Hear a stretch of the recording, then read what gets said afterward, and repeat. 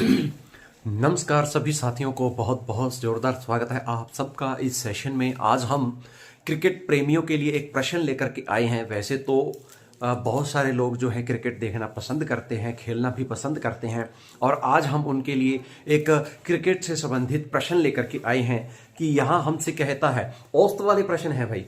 क्या है, एक क्रिकेटर की है, जो बैट्समैन है उसकी औसत है, उसके रनों का औसत है। कैसे, एक क्रिकेट खिलाड़ी ने 12 पारियों में कुछ औसत रन बनाए, कुछ औसत है। अब प्रॉपर बता नहीं रखा कि कितने का है, 20 का है, 40 का है, 50 का है, कितने का है भाई, ठीक है। तथा 13वीं पारी में उसने 96 रन बनाए। 12 पारियों में तो कुछ रन बनाए, समझ रहे हो। अब देखिए, माना 12 पारियों में उसके कुल रन कितने हैं। 12 पारियों में 12 पारियों में कुल रन कितने होंगे भाई।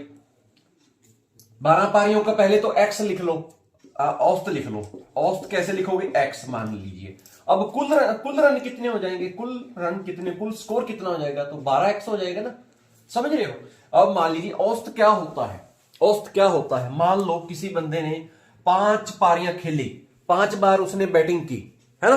तो पांचों बार उसने जितने भी रन बनाए, मान लो पहले में 5 रन बनाए, फिर 0 पर आउट हो गया, फिर 20 बनाए, फिर अगले में उसने 50 जड़ दिए, है ना, फिर अगले में और 70 जड़ दिए, तो 1 2 3 4 5। अब पांचों पारियों का जो प्लस होगा 70 और 50, 120, 140 और 145, और भाग में उसको कितने से करेंगे, 5 से। तो ये क्या होगा, जितना आएगा वो उसका औसत होगा। समझ रहे हो ना ये बात आप लोग, कि ये आएगा वो कितना वो क्या होगा, औसत होगा, है ना।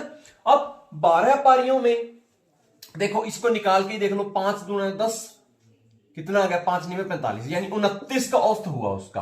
कितने का औसत हुआ, 29 रनों का। एक पारी में उसने 29 रन बनाए, यानी कहने का भाव ये है। अब 12 पारियों में उसने कुल रन कितने बनाए, 12x बनाए। एक औसत उसका निकाल लिया हमने x, क्योंकि प्रॉपर दिया नहीं है यहां पर, ठीक है। आगे कहता है कि 13वीं पारी में उसने 95 रन बना डाले भाई।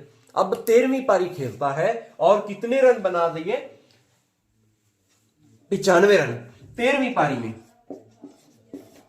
पारी में रन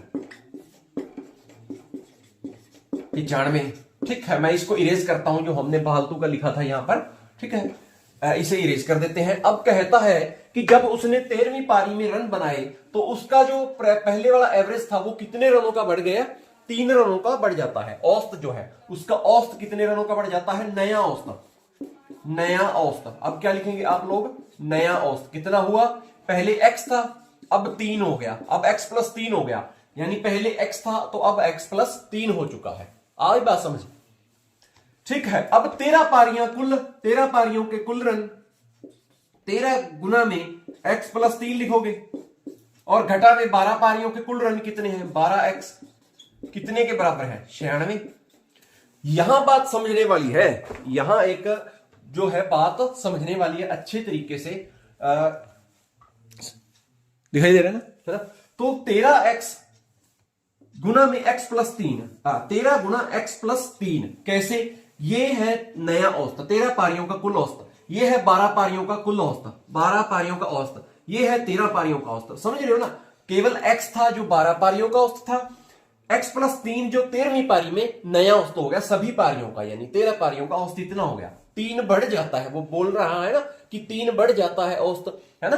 तो 13 पारियां, 13 गुना x प्लस 3 जो नया औसत है, यानी कुल रन, ओके।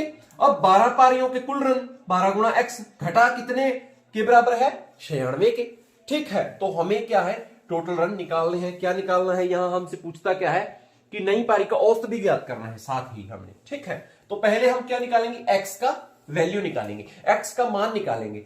13 ये हो गया 13x प्लस 39। अब यहां पर 13x प्लस 39 आया भाई, और बराबर सॉरी घटा भी है, घटा 12x बराबर कितने के, 96 के।